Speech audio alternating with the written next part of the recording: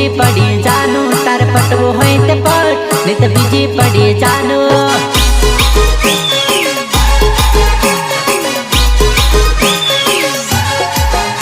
तार मळवो होय ते आव नहीं तो बीजी पड़ी जानू तार मळवो होय ते आव नहीं तो बीजी पड़ी जानू।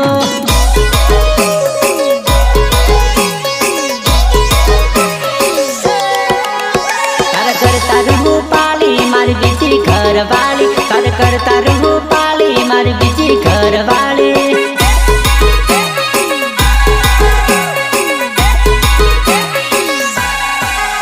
अरे बोलवू होय ते बोल नहीं तो बीजी पड़ी जानू तार बोलवू होय ते बोल नहीं तो बीजी पड़ी जानू।